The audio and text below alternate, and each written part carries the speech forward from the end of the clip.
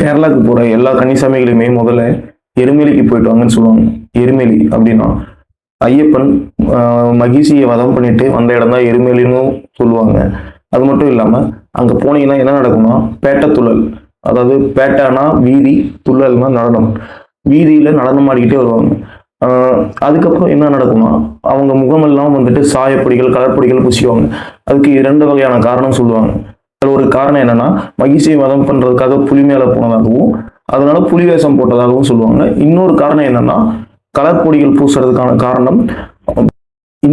என்னன்னா மாவரும் ஐயப்பன் நெருங்கிய நண்பர்களாக இருந்ததாகவும் இது பூசிக்கிறது மூலமா உயர்ந்தவங்க தாழ்ந்தவங்க இந்த மதத்துக்காரங்க அப்படின்ற மாதிரியான வேற்றுப்பாடு இல்லாம இருப்பாங்க அப்படின்றதுக்காக தான்.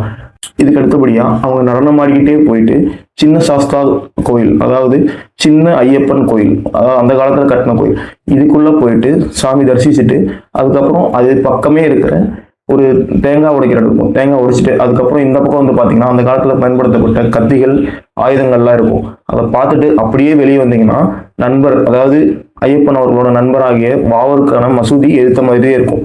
அதுக்கும் அதே மாதிரியான உற்சாகத்தோட நடனம் ஆடிக்கிட்டே அப்படியே அதை சுத்தி வந்துட்டு அவரையும் தரிசிச்சுட்டு அதுக்கப்புறம் இந்த பக்கமா வந்தீங்கன்னா இப்போ சின்ன சாஸ்தாவை, அதாவது சின்ன ஐயப்பன் கோயிலை வணங்கிட்டு மறுபடியும் அதுக்கப்புறம் பாவரையும் வணங்கிட்டு அதுக்கப்புறம் இந்த பக்கமா வந்தீங்கன்னா அதே ஆட்டம் பாட்டம் கொண்டாட்டத்தோட நேரா பெரிய சாஸ்தா டெம்பிள் போவாங்க, அதாவது பெரிய ஐயப்பன் கோயில் போவாங்க.